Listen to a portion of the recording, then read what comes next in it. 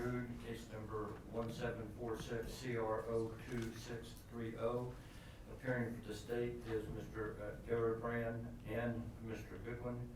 Appearing is Ms. Ruud with her attorneys, Ms. Wilburn and Ms. Duvall. We are here for sentencing. Mr. Goodwin, you may proceed. Thank you, Your Honor. My intention on how to proceed, Your Honor, would be to start with two victim statements. The victim's family, adopted family, are observing the proceedings by WebEx. They were not able to make it or didn't feel comfortable coming to court today. So they've given me two victim statements, which I've marked as Exhibit 1000 and 1001. I'd ask for those to be admitted and placed in the court file, and I'll summarize from those statements. No objection. Okay, I'll admit them. If you want to go ahead. Thank you. However you want to proceed. Thank you, Your Honor. State's Exhibit 1000 is a letter from the victim's adopted father. In the letter, he addresses many of his comments to the defendant. So I'll just summarize, Your Honor, and say that this letter really expresses the adopted father's personal difficulty with the loss and with the outcome in the case. I think the court will agree that in a case like this, no verdict would really bring true closure to the family. They are, I don't think, terribly satisfied by the court's verdict. Of course, the state respects the court's verdict. It issued a well-written, reasoned opinion, which we understand and respect. But that's sort of the summary of State's Exhibit 1000. State's Exhibit 1001, Your Honor, is a statement from the victim's adoptive mother who testified, and I would read from that statement, Your Honor. It begins, "As you can imagine, Your Honor, I've been dreading writing this statement for years, knowing my words are meant to express my sorrow, the magnitude of my loss, the impact my daughter's death has had on my family's lives, her friends' lives, and me, her mother's life. My last words to you, Your Honor, to somehow put into words what's in my heart, it's an impossible mission to accomplish in words, what losing her has done to everyone who loved her. Everyone she has touched with her larger-than-life personality, her sparkle, her smile. She was loved by so many. Her sister, her brothers, her family, her friends, and me, her real mother. The mother that prayed her into our lives, prayers over her every day, and prayed that my decision to send her temporarily to a woman that claimed to love her, claimed to have her best interest at heart, and claimed to return her to her family, to me, after a short break, tragically didn't. Did God not listen to my prayers? I've asked myself that every day since the day I got the worst call of my life. I thought it was the worst day of my life, the day my daughter went, in quotes, missing. But it was not the worst day of my life. Each day she stayed missing was another worst day of my life. The day I got the call, the cadaver dogs found the remains on the defendant's property, that was the worst day, but somehow it was not. Each day that has followed since knowing she died, Savannah's birthdays, putting all of her ornaments on a Christmas tree each year without her, more worse days. Fast forwarding to the last week of June 2022, hearing a recording describing how this woman disposed of my beautiful daughter's body, that had to be the worst day. But no, it was not. July 19th, 2022, 20 minutes before going to my mother's funeral, finding out that the verdict was not guilty for the murder of my little girl, I thought that was the worst day, but no, it was not. Your Honor, I still haven't had the next worst day, the day that I hold what was my beautiful, talented, beloved daughter in a small box, all that's left of her young life. Will that finally be my worst day? Unfortunately for me, my family, absolutely not. Every day that I hold my children as I cry for their sister they lost 5 years ago, another worst day. The day that I finally get to put my daughter in the ground, as they say, putting her to rest, another worst day. You see, Your Honor, this woman, the defendant, I'm being told gets the right to have freedom and move on with her life, and her worst days are over in jail. But soon, mine, Savannah's real mother, they'll never be over. I never would have imagined that I'd simply be writing this with the knowledge that there's been no justice for my daughter. Simply and completely understated, the verdict gives none of my beloved daughter, Savannah's family or friends, any closure, and justice for her young life that was taken from all of us. The victim, Your Honor, goes on to describe a request that she made to bring some personal effects and a video, which is beyond the scope, unfortunately, in Missouri law of what can be done in a victim impact statement. And she describes how she wished she could have brought those things, and that they would be in a box approximately the same size that she would be getting the box of her daughter's remains back in. She goes on to describe, again, the loss that her family has suffered and the betrayal in the victim's family's eyes that the defendant evidenced when she betrayed her oath as a volunteer firefighter. Your Honor, that's the sum of Exhibit 1001, the statement from the victim's adopted mother. Yeah, my only response is sort of, that's for the family. I didn't find that she didn't do it.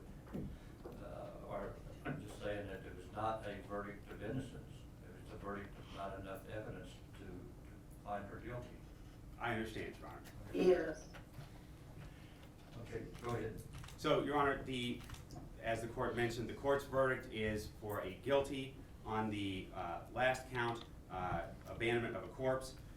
I want to begin with the statute. Abandonment of a corpse occurs if a person abandons, disposes, deserts, or leaves a corpse without properly locating or reporting rather the location of the body to the proper law enforcement officials in that county. As the court has just sort of implied, and I think as the verdict outright states, the defendant in this case did much more than that. Yeah. Your Honor, the state's request, the range of punishment in this case is for a sentence of 4 years in the Missouri Department of Corrections, a fine of up to $10,000 or any combination of imprisonment or a fine. The state's request, Your Honor, in this case is for a sentence of imprisonment for 4 years in the Department of Corrections, the statutory maximum, in addition to a fine of $5,000. And the state arrives at that calculation, Your Honor, by looking at the purposes of a criminal sentence. The purpose of a criminal sentence is to express the community's condemnation of the behavior and to punish the guilty. Looking at the verdict, Your Honor, what the court found that the defendant did in this case, on page 1, the court found that the defendant burned the victim's body on the bonfire on July 19th, that the defendant knew that the victim had not run away on July 20th, that the remains of the victim were not found on that burn pile until August 4th, that the defendant admitted to burning the victim's body, that the defendant hid the fact that the victim was dead, and that the defendant was at the bus station for the purpose of fleeing the jurisdiction once it became clear that the investigation had moved to a point where an arrest was imminent. On top of that, Your Honor, after the verdict, there was a sentencing assessment form. And in the sentencing assessment form, the defendant told the Missouri Department of Corrections, and I want to read from that sentencing assessment report. The report writer wrote, quote, "The defendant justifies her actions by stating that she just wanted her daughter to know that she was loved and that people cared about her." Your Honor, that is a bold-faced lie. The evidence in this case that the court found is clear. The defendant put the victim on that burn pile, burned Savannah's body, and then led this community, law enforcement, and the victim's families through 15 days of hell while they searched high and low in this community, region-wide, trying to find Savannah. And all the time, the defendant knew exactly where Savannah was. You don't do something like that, Your Honor. You don't do something like that if you have the purpose of letting your daughter know that she's cared and missed. You don't leave somebody on a burn pile like a piece of garbage if that's what you feel. And so when the defendant tells that to the sentencing assessment report writer, it shows no remorse for what happened in this case. Given the authorized range of punishment, the facts that the court found, the defendant's obvious lack of remorse in the sentencing assessment report, the state believes that the appropriate punishment under what's authorized by the statute is the maximum sentence of imprisonment and a fine of $5,000. Thank you. Ms. Welker? Sorry, Your Honor, I was told by I carry our victim's advocate, that I will be able to see my victim statement myself, and not have it read for me. And I haven't had the opportunity, and I see that we've moved on from that. Mr. Goodman? Your Honor, the victim advocate indicated to me that, to read the victim statement for them. Okay. I don't mind if she reads it. I don't have any problem with that, Your Honor. That was a misunderstanding at some point, between the communications with the victims, the victim advocate, and me. Okay, go ahead. You may, make your statement, ma'am. You're not talking. I am Rebecca's biological daughter. Michaela, wait a minute. You're not talking to Ms. Ruud, the defendant. Your remarks are to the court. So proceed. Yes, Your Honor. I grew up knowing Rebecca and looking up to her. She was someone who came around for Thanksgiving and called every once in a while to check in and say hi. We always adored Rebecca. She was our role model. At no point in time and in knowing her did we ever see a big red flag. I personally never thought she was fit to be a mother. She had her other children taken away from her and gave up. But she was still someone we aspired to be like. There's a period of time where Rebecca lived with us because her house burned down in Missouri. During that period of time, we grew even closer and had many special moments shared together. She taught us how to make beaded bracelets.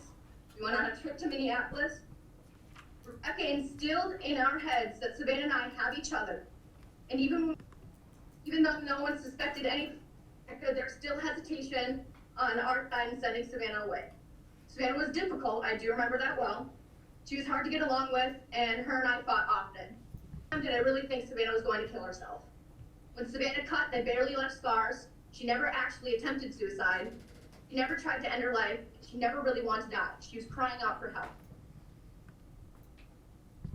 As a first responder, Rebecca should have known what to do with a dead body. Even a normal civilian would immediately know to call 911.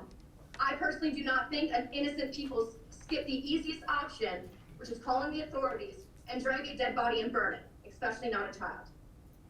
If Savannah had killed herself in the trailer, the cadaver dogs 100% would have detected something in there. The body's decomposition process starts almost immediately, and cadaver can pick up that smell within minutes after the heartbeat stops, but they only alerted at the burn pile itself.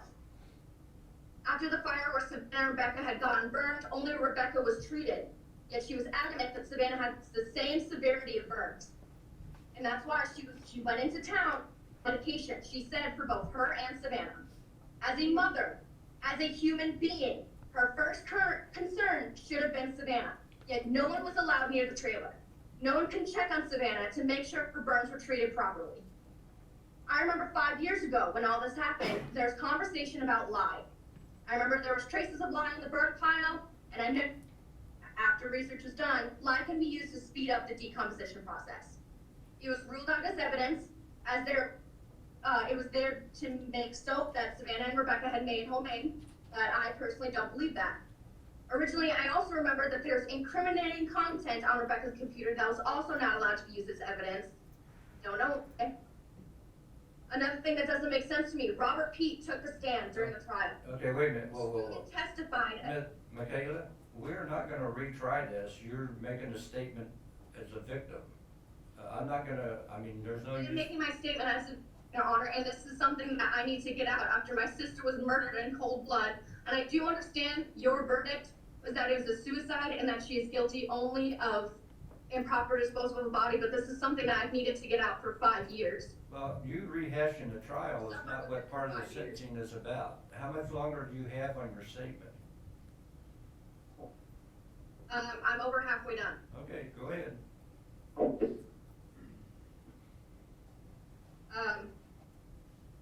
Sorry.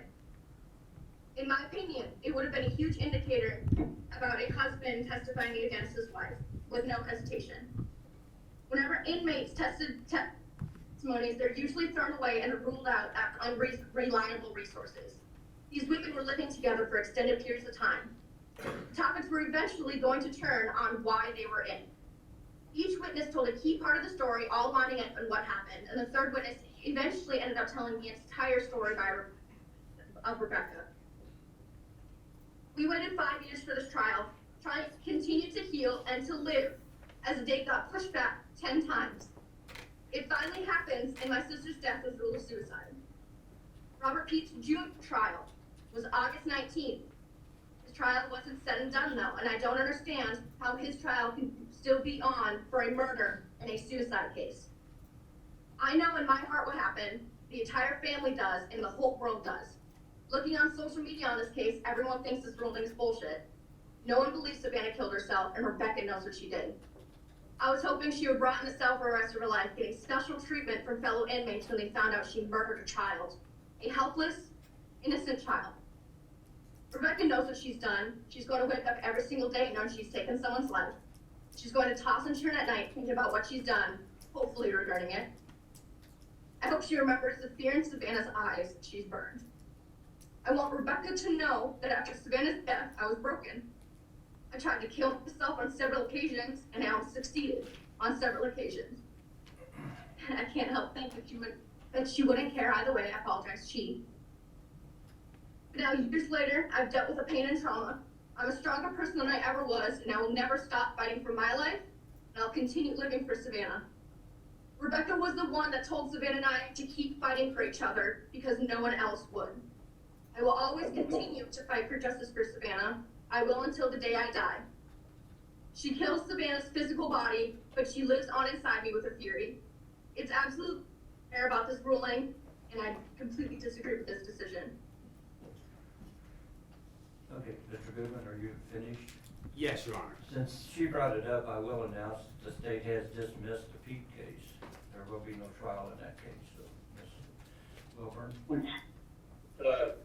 Attorney, I still haven't had my statement read. This is dated the adopted file. It was summarized, sir. I'd like it read in court, or I could pull it up and read it myself. It'll take me a minute. Well, let me read the statement, because it was like the last one. I'll edit it for you. Your Honor, for the purpose of the record, I'm approaching you with what's been marked as Exhibit 1000. That's the statement from the adoptive father who just spoke on the WebEx.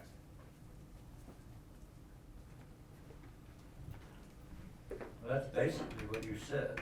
I mean, if you want to read it. I don't know what would need to be edited in there because, Well, I mean, there's nothing that, No, what Ms. Michaela did was rehash a trial that I've already decided for the most part. Now, I'll let Mr. Goodwin, he paraphrased but if he wants to read it verbatim, he can read it verbatim.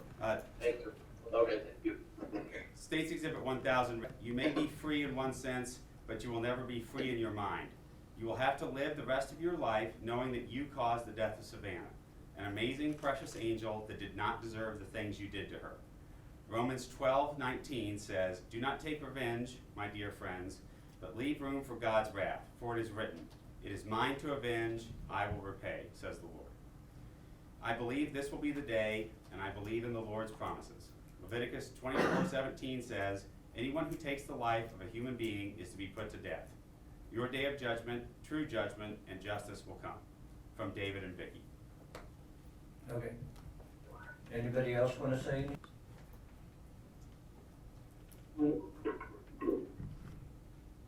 I'm still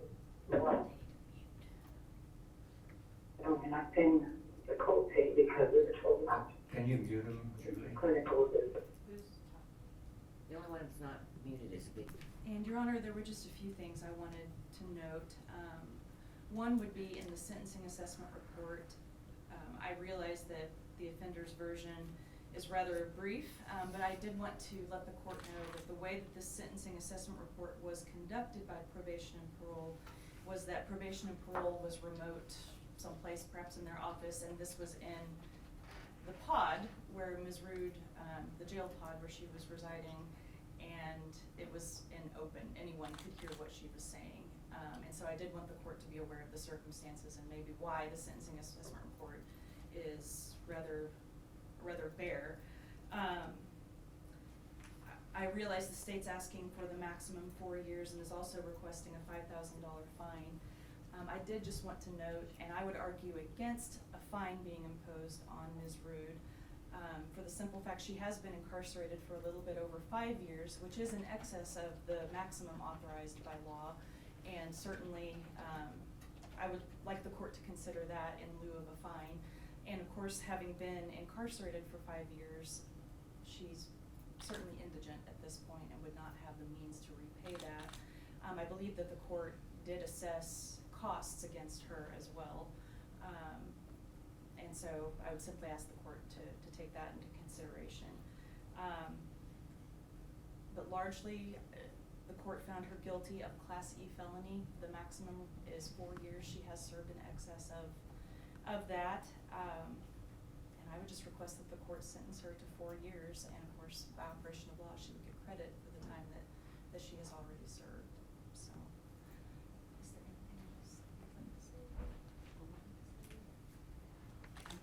Just would like to note that in Illinois made a huge negative impact on the community. Ms. Ruud would also like to acknowledge that she realizes she had a significant negative impact on the community, and she would like to acknowledge that and apologize for that. That is what she would like to add to that. And I believe that concludes what I have to say, Your Honor. Okay, Mr. Goodwin, anything else from the state? Judge, the only thing I would have to say, in reference to this mitigating argument about the sentencing assessment report, Ms. Ruud is going to have to make admissions about what she's done when she meets members in the community. That's the only way she's going to be able to move forward with her life. And so the state does not find it to be particularly mitigating that the sentencing assessment report was conducted when she was in a public setting. Okay. Some judgment and sentence against Ms. Ruud. No, Your Honor. Ms. Wilburn, by way of allocution, do you have any legal reason why I should not pronounce judgment and sentence against Ms. Ruud? No, Your Honor. Ms. Ruud, if you'll please stand. By way of allocution, do you have any legal reason why I should not pronounce judgment and sentence against you at this time? Anything you want to say before I pronounce judgment and sentence? Okay. It'll be the judgment and sentence of the court that you be sentenced to 4 years in the Missouri Department of Corrections. Probation will be denied. I'll give you credit for at least 1,790 days. That's as close as I can calculate as to, I know she has at least that many days in custody. There'll be court costs and the BCF.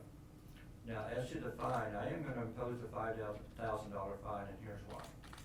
I normally don't. I can't even remember the last time I imposed a fine, but there were people that were out there on your farm day in and day out trying to find somebody. They volunteered, you let them proceed. They spent a lot of time and effort in that, so it's a token, in my opinion. The 5,000 is more of a, you don't just get to do that and walk away. You've been convicted of the felony, but this is part of, you put all these people through hell, and you didn't have to. So that's why the fine. Yes, sir. Now, I need to advise you of your post-conviction rights. It's my duty to advise you of your post-conviction rights. Under Supreme Court Rule 24.035, a person who is convicted of a felony may seek relief from this court if she claims either that the conviction or sentence violates the Constitution or laws of the state or the Constitution of the United States, or that this court, when imposing the sentence, is without jurisdiction to do so, or the sentence imposed is in excess of the maximum sentence authorized by law. Rule 24.035 provides the only way by which you seek relief for the above claims. There is a criminal procedure form 40 available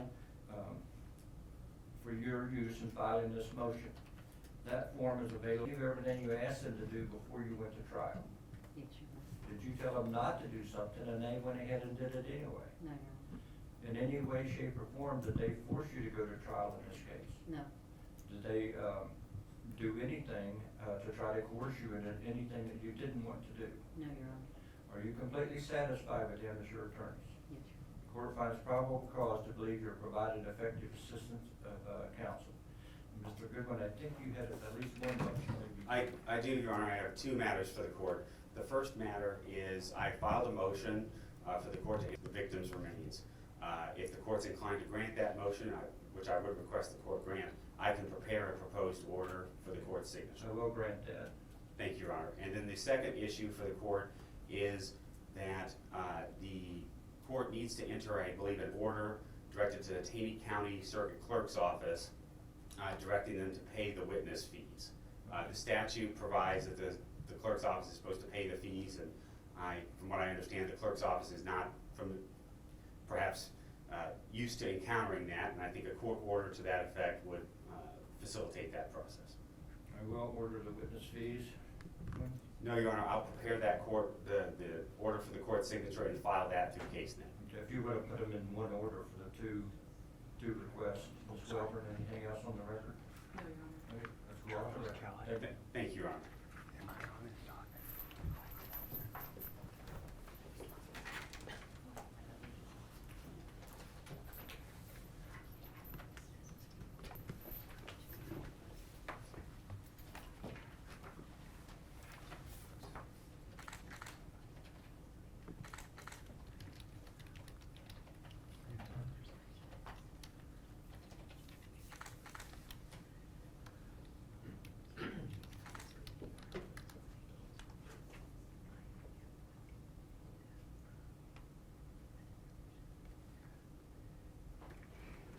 Your Honor, may I approach? Yes.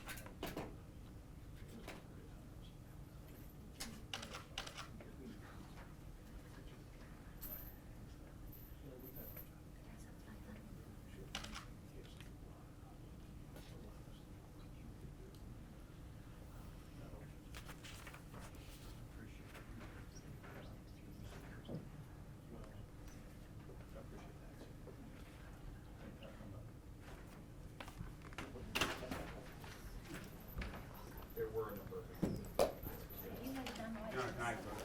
Yes. I believe the court still has our exhibits. I don't need them today. No, if you don't take them today,